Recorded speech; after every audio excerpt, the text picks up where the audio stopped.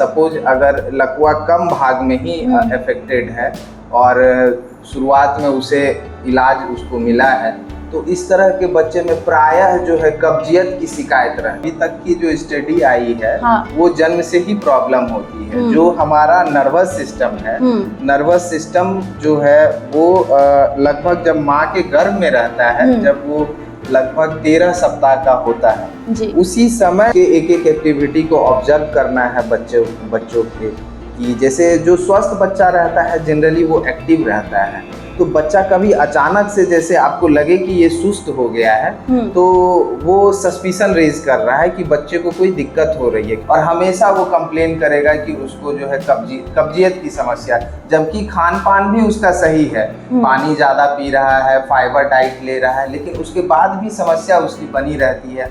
Biopsy पे ही ये हमें पता चलता है कि कहाँ तक आंत का लकवा मारा हुआ है, और जब बायोप्सी पे प्रूव हो जाता है कि इस लंबाई तक आंत का लकवा है, तो उसको हमको काट के हटाना पड़ता है। पहले ही चरण में हम लोग जांच भी कर लेंगे कि कहाँ तक लकवा है, और उसमें जैसे ही पता चलता है जो नॉर्मल पार्ट है, नॉर्मल पार्ट को हम लोग नीचे लाके पैखाना का जो नॉर्मल रास्ता है वहाँ पे हम लोग जोड़ देते। जन्मजात बीमारी है, तो जन्मजात बीमारी है तो ऑलरेडी सरकार की योजना है इसके लिए, RBS की स्कीम है, तो उससे भी बच्चे को भर्ती करा के हम लोग फ्री ऑफ कॉस्ट यहाँ पे इलाज हो सकता है।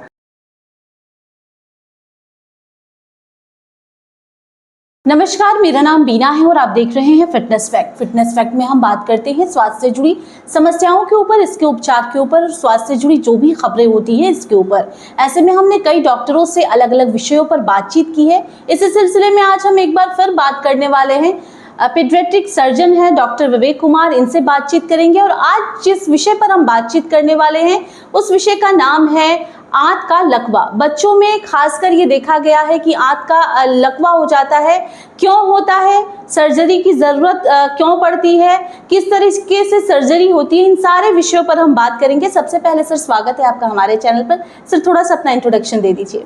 धन्यवाद। मैं डॉक्टर विवेक रंजन हूँ, पीडियाट्रिक सर्जरी रेसिडेंट IGMS में। मैंने अपना MBBS एम्स पटना से किया है और MS सर्जरी PMCH से किया है, और वर्तमान में अभी मैं IGMS में कार्यरत हूँ। सर पहला सवाल यही है कि आंत का लकवा क्या होता है बच्चों में?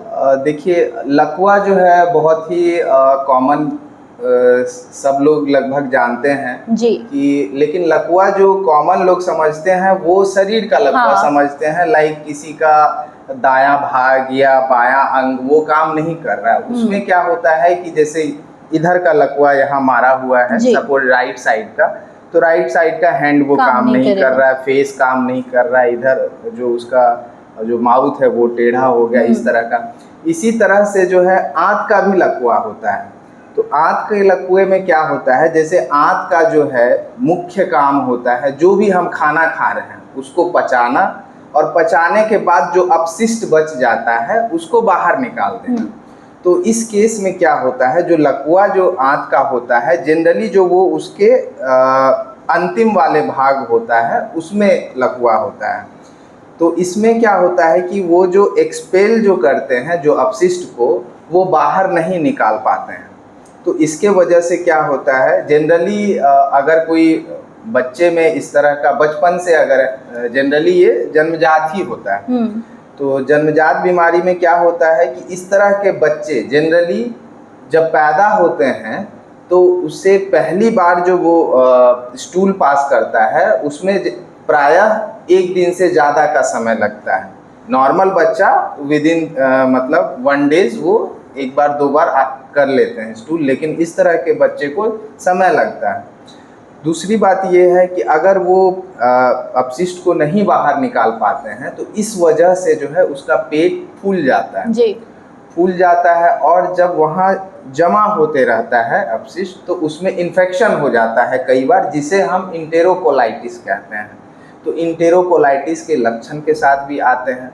और जो बड़े बच्चे हैं, सपोज अगर लकवा कम भाग में ही अफेक्टेड है और शुरुआत में उसे इलाज उसको मिला है, तो इस तरह के बच्चे में प्रायः जो है कब्जियत की शिकायत रहती है। उसे पैखाना करने में बहुत ही दिक्कतों का सामना करना पड़ता है और कई बार हम लोग पाइप डाल के पैखाना के रास्ते से धुलाई करके उसका पैखाना कराते हैं। सर एक सवाल ये कि अभी आपने कहा कॉन्स्टिपेशन की बात, ज़्यादातर आजकल छोटे बच्चों में ये देखने को मिल रहा है कि वो कॉन्स्टिपेशन के शिकार हो जा रहे हैं और इसको लोग नॉर्मली लेते हैं। इस पर थोड़ा सा हम जानना चाहेंगे। देखिए, कॉन्स्टिपेशन के ऐसे तो बहुत सारे कारण हो सकते हैं। इसके अलावा भी बहुत सारा मेडिकल कंडीशन हो सकता है जिसके वजह से कॉन्स्टिपेशन हो सकता है जी। लेकिन यह उनमें से एक कारण है। तो ये तो जब बच्चे हमारे पास आते हैं, हम उनकी जांच करवाते हैं, उस जांच के बाद हमें पता चलता है कि ये जो कब्जियत की समस्या है ये किस वजह से है जी। कई बार हम लोग उसमें थायराइड की भी जांच कराते हैं, एक बेरियम इनीमा जांच होती है जो कि हम लोग दवा डाल के एक्सरे कराते हैं, वो जांच होती है, और बाकी हम लोग उसका जो पेशेंट की क्या हिस्ट्री रही है जन्म के समय और उसके पश्चात, तो ये सब चीज़ देखते हुए हम लोग फिर जो उस निष्कर्ष पे पहुंचते हैं कि इसको किस चीज़ की बीमारी है।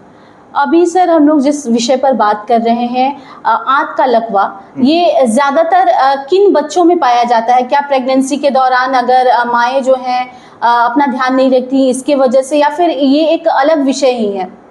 इसके बहुत सारे कारण है, कोई एक कारण इसका नहीं है, बहुत सारे कारण हो सकता है। अमूमन जो ये देखा जाता है कि जो मेल बच्चे होते हैं, जो लड़का होता है उसमें ये जो लड़की जो पैदा होती है उसके कंपैरिजन में ज़्यादा पाया जाता है। ऐसा क्यों सर?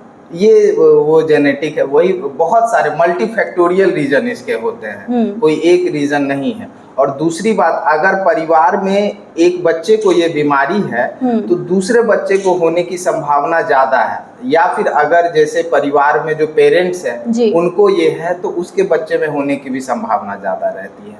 तो इसका जेनेटिक भी रोल है, और इसके साथ साथ और भी बीमारियां जो है हो सकती है, जैसे कि एक डाउन सिंड्रोम होता है वो भी इसके साथ हो सकती है, जो कार्डियक प्रॉब्लम है, कार्डियक डिफेक्ट, वो भी हो सकता है, और भी तरह तरह की बहुत सारी बीमारियां इसके साथ। सर्जरी का क्या कुछ प्रोसीजर है सर इसमें, या फिर ये कहें कि क्या कुछ खर्च पूरा पड़ जाता है अगर हम IGMS की बात करें या अन्य अस्पतालों की बात करें? क्योंकि बहुत लोग तो अस्पताल विजिट ही नहीं करते इस डर से कि बहुत खर्चा हो जाएगा, क्योंकि मध्यम वर्गीय परिवार है, वो अफोर्ड नहीं कर पाते इन सब चीज़ों को जी। देखिए, जहाँ तक खर्चे की बात है तो हमारा जो IGMS है, क्योंकि ये जन्मजात बीमारी है, तो जन्मजात बीमारी है तो ऑलरेडी सरकार की योजना है इसके लिए, RBS की स्कीम है, तो उससे भी बच्चे को भर्ती करा के हम लोग फ्री ऑफ कॉस्ट यहाँ पे इलाज हो सकता है। जो पूरे पैन इंडिया चल रहा है आयुष्मान भारत योजना, उसके अंडर भी हम लोग, जैसे बच्चों का तो आयुष्मान रहता नहीं है, लेकिन अगर उसके पेरेंट्स का है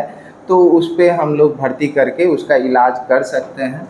और अगर नहीं है तो ऐसे भी हम लोग, मतलब जो यहाँ का पेमेंट ऑब्वियसली, मतलब जो मिनिमम रखा गया है यहाँ का, उस पे भी हम लोग इलाज करते हैं। सर्जरी के नाम से ही लोग से डर जाते हैं, और खासकर आंत, किडनी, ये सब की बात करें हम तो पेरेंट्स ज़्यादा घबरा जाते हैं, इग्नोर करने लगते हैं बीमारियों को। प्रोसीजर सर अगर थोड़ा सा बता देते हैं आप। जी देखिए, बच्चों को लेके जो है, जो भी उसके माता पिता हैं या परिवार के लोग हैं, एक बहुत ही मतलब इमोशनल रिलेशन रहता है बच्चों को लेके। बच्चों को कभी भी देखते हैं बीमार, थोड़ी सी सर्दी खांसी हो जाती है, तुरंत सब लोग डॉक्टर की सलाह लेते हैं, तो वो एक इमोशनल एस्पेक्ट तो है ही। और जहाँ बात आती है सर्जरी की, तो ये एक तरह का देखा जाए तो एक मेंटल ट्रॉमा होता है पेरेंट्स के लिए। जैसे ही सुनते हैं कि बच्चा तो अभी पैदा हुआ है, उसको इस तरह की बीमारी हो गई और सर्जरी करने पड़ी, तो पहले के ज़माने में, मतलब आज से बहुत साल पहले, जब एडवांसमेंट इतना नहीं था, जैसे सर्जरी का टेक्निक सब बहुत सारे रिसेंटली बहुत एडवांसमेंट आ गया, बहुत सारे नए इंस्ट्रूमेंट्स आ गए, और बीमारी की समझ भी हमारी बढ़ी है। जो भी हमारे पैथोफिजियोलॉजी है, एनाटमी है, उसकी समझ भी हमारी बढ़ी है। तो जो पहले सर्जरी होती थी और अब जो सर्जरी हो रही है, दोनों में फ़र्क आ गया है। पहले अमूमन इस तरह के बच्चों में क्या किया जाता था कि अगर वो पेट उसका बहुत फूला हुआ है या इन्फेक्शन में है, तो हम लोग पैखाना के रास्ते धुलाई करते थे, उसकी इन्फेक्शन को कम करने के लिए एंटीबायोटिक चलाते थे, खाना बंद करके पानी देते थे, और बच्चा उसमें अगर ठीक हो जाता है तो हम लोग उसको भेज देते थे और दोबारा ऑपरेशन के लिए बुलाते थे। और कई बार ठीक नहीं भी होता है तो हम लोग जनरली पहले क्या करते थे कि पेट के रास्ते जो है पैखाना का रास्ता बनाते थे, और उसके बाद दूसरे चरण में हम लोग और जांच भेज देते थे, क्योंकि बायोप्सी पे ही ये हमें पता चलता है कि कहाँ तक आंत का लकवा मारा हुआ है। और जब बायोप्सी पे प्रूव हो जाता है कि इस लंबाई तक आंत का लकवा है, तो उसको हमको काट के हटाना पड़ता है, और जो नॉर्मल आंत है उसको फिर नीचे पैखाना के रास्ते से जोड़ना पड़ता है। इसकी विभिन्न तरीके से सर्जरी है, बहुत सारे हैं जो, और बहुत एडवांसमेंट इसमें होता चला आया है। तो रिसेंटली इसमें जो एडवांसमेंट आया है कि उसमें हम लोग एक चरण में इस ऑपरेशन को करने की कोशिश कर रहे हैं। पहले ही चरण में हम लोग जांच भी कर लेंगे कि कहाँ तक लकवा है, और उसमें जैसे ही पता चलता है जो नॉर्मल पार्ट है, नॉर्मल पार्ट को हम लोग नीचे लाके पैखाना का जो नॉर्मल रास्ता है वहाँ पे हम लोग जोड़ देते हैं।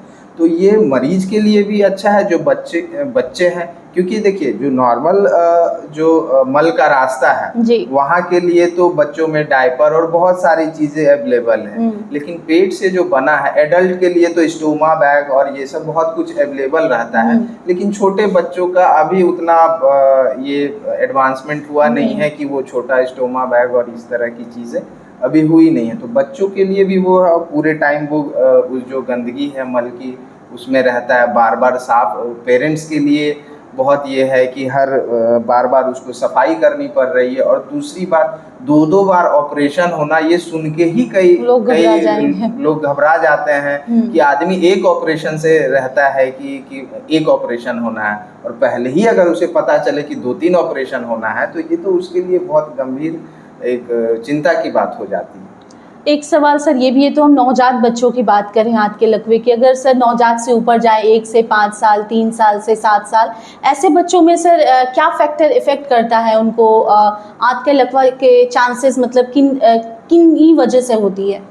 नहीं, वजह तो वो जन्मजात ही होती है। जो अभी तक की जो स्टडी आई है वो जन्म से ही प्रॉब्लम होती है। जो हमारा नर्वस सिस्टम है, नर्वस सिस्टम जो है वो लगभग जब माँ के गर्भ में रहता है, जब वो लगभग 13 सप्ताह का होता है, उसी समय जो है जो आंत है, आंत का अपना खुद का एक सिस्टम रहता है जिसके वजह से वो पाचन कर पा रहा है, और उसका कॉन्ट्रैक्शन होता है, मतलब वो जो उसका मूवमेंट होता है जिसके वजह से आप जो खा रहे हैं वो खाना पच के धीरे धीरे आगे की तरफ बढ़ता है।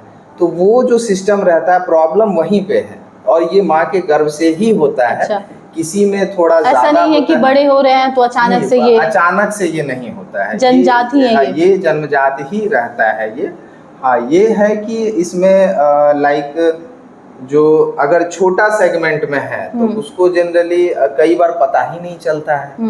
वो बच्चा बड़ा हो रहा है और पेरेंट्स को लगता है कि इसको तो कब्जियत की समस्या है, बार बार ये दवा डाल के किसी तरह वो कर रहे हैं, डॉक्टर के पास जा रहे हैं, नॉर्मल फिजिशियन के पास, तो वो सिम्टम क्या कुछ है सर नवजात से अलग, अगर हम 1 साल से बड़े बच्चों की बात करें? जनरली उसमें कब्जियत की समस्या रहेगी हमेशा, और पेट उसका फूला रहेगा। जैसे एक नॉर्मल बच्चे का जो पेट रहता है उसके कंपैरिजन में वो फूला रहेगा, और हमेशा वो कंप्लेन करेगा कि उसको जो है कब्जियत की समस्या, जबकि खान पान भी उसका सही है, पानी ज़्यादा पी रहा है, फाइबर डाइट ले रहा है, लेकिन उसके बाद भी समस्या उसकी बनी रहती है। बार बार वो बताएगा कि सिरप पीना पड़ रहा है ताकि जो लैट्रिन है वो ईजिली हो सके। तो इस तरह का प्रॉब्लम लेके आता है, फिर हम आगे जांच करा के देखते हैं कि ये क्या है, क्योंकि वही कब्जियत के बहुत सारे कारण हो सकते हैं, उनमें से ये एक कारण है। तो हम लोग जांच करके उस चीज़ को रूल आउट करते हैं कि यही कारण है या और कुछ। अगर और कुछ है तो फिर उसके हिसाब से इलाज चलता है। सर बच्चों को फिट रहने के लिए कोई 5 टिप्स? बच्चों को फिट रहने के लिए तो 5 टिप्स बेसिकली वो पेरेंट्स के लिए होना चाहिए। हाँ। क्योंकि बच्चे क्या ही समझेंगे। बच्चे को तो केयर किया जाता है, बच्चे खुद अपनी केयर करते नहीं हैं। 5 टिप्स। अभी तो सबसे पहले बरसात का मौसम है और जैसा आप लोग भी जान रहे हैं कि डेंगू का सीजन चल रहा है, तो सबसे पहले तो मच्छर से बचाना है। मच्छरदानी हमेशा लगा के रखना है जब भी वो सो रहा है। और इवन जो कपड़े हैं वो कोशिश करना है कि वो फुल कवर्ड हो, क्योंकि अगर कवर्ड नहीं है तो वहाँ मच्छर काटेंगे, तो डेंगू से बचना है। दूसरी बात ठंड है, ठंड से बचाना है। मौसम चेंज हो रही है, सर्दी बुखार ये बहुत कॉमन है, तो ठंड से बच्चों को बचाना है। उसके लिए भी जो है उसको जो गर्म कपड़े हैं वो पहना के रखना है। एकदम एसी के नीचे नहीं रखना है या पंखे के नीचे नहीं रखना है। और बाकी उसके एक एक एक्टिविटी को ऑब्जर्व करना है बच्चों के, कि जैसे जो स्वस्थ बच्चा रहता है जनरली वो एक्टिव रहता है। तो बच्चा कभी अचानक से जैसे आपको लगे कि ये सुस्त हो गया है, तो वो सस्पिशन रेज कर रहा है कि बच्चे को कोई दिक्कत हो रही है, क्योंकि बच्चा कई बार बता नहीं पाता है, लेकिन आप उसके एक्टिविटी को ऑब्जर्व कर सकते हैं। अगर बच्चा सुस्त है तो उस केस में जो है आपको निश्चित रूप से चिकित्सक की सलाह लेनी चाहिए। बहुत बहुत धन्यवाद सर अपना कीमती टाइम हमें देने के लिए। तो देखिए, आज हम बात कर रहे थे नवजात बच्चों में या फिर बच्चों में आंत का लकवा क्यों होता है, सर्जरी की ज़रूरत कब पड़ती है, और तमाम जो इससे संबंधित बात थी इस पर हमने जानकारी हासिल की। आपकी क्या राय है? आप अपनी राय कमेंट के जरिए हम तक शेयर कीजिए। इसके साथ ही अगर अब तक आपने हमारे YouTube चैनल को सब्सक्राइब नहीं किया है तो इसे सब्सक्राइब कर ले। धन्यवाद।